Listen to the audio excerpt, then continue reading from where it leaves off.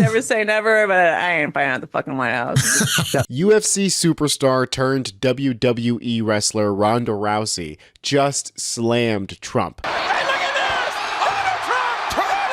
Donald Trump taking down Mr. Oh my God! By refusing the idea of attending his White House event next year for our 250th anniversary. Now, you might not have known that there was going to be an Ultimate Fighting event on the lawn of the White House. Most people would consider a blood sport inappropriate for the office of the President of the United States.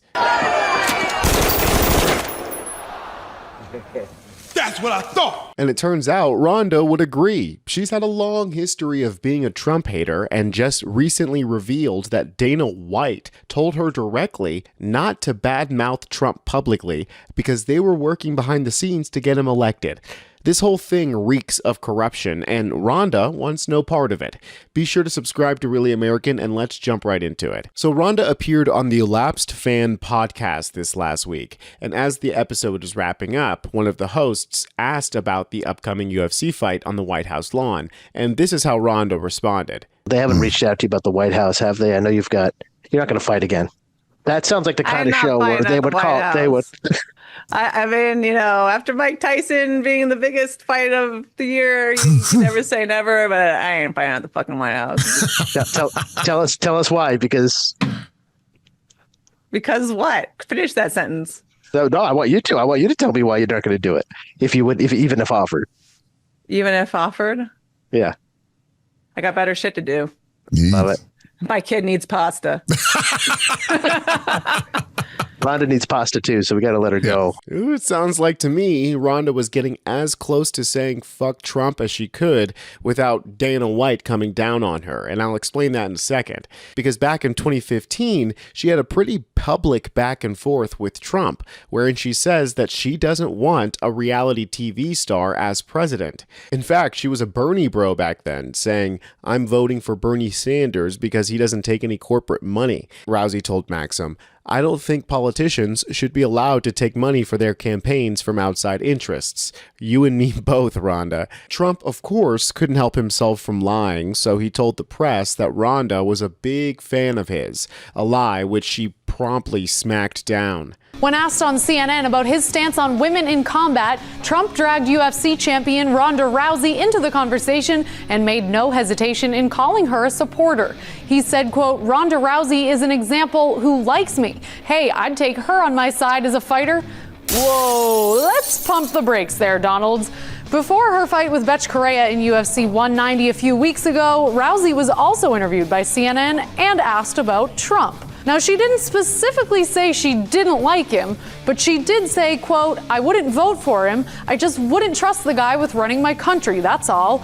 I don't want a reality TV star running my country." Clearly, Trump lost something in translation, and he may not care about public opinion with his make no apologies mantra, but Ronda Rousey is one bear he'd probably be best not to poke. Now, that little back and forth ended relatively amicably. Ronda was fairly cordial and just sort of dropped the whole thing.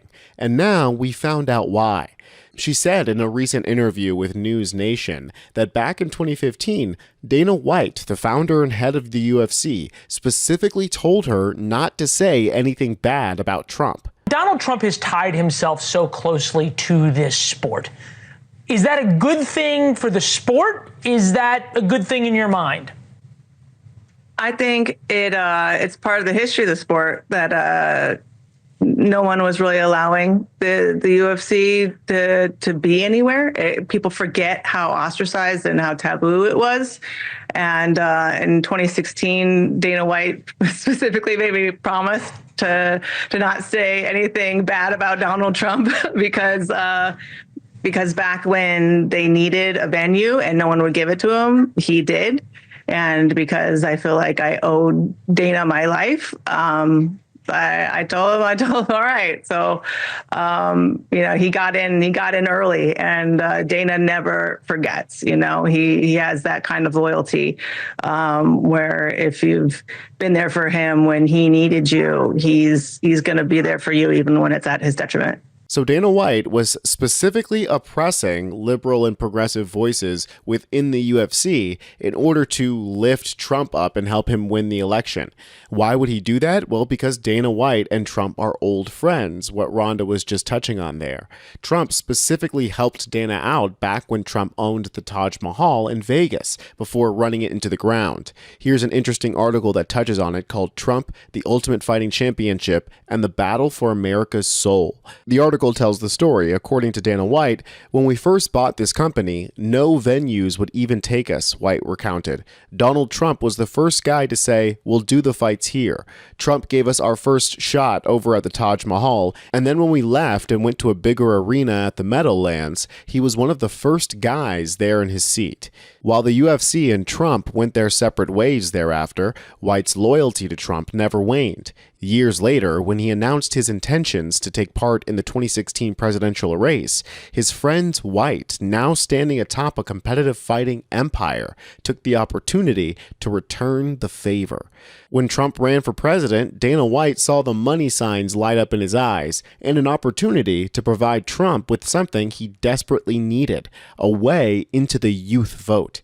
Donald Trump launched a $20 million effort in order to reach young white men, and Dana White provided that perfect opportunity straight to those men's eyes and ears. The effort, whose organizers are aimed to raise $20 million, will partner with entertainers and sports figures, including those from the Ultimate Fighting Championship, the mixed martial arts phenomenon Trump has courted.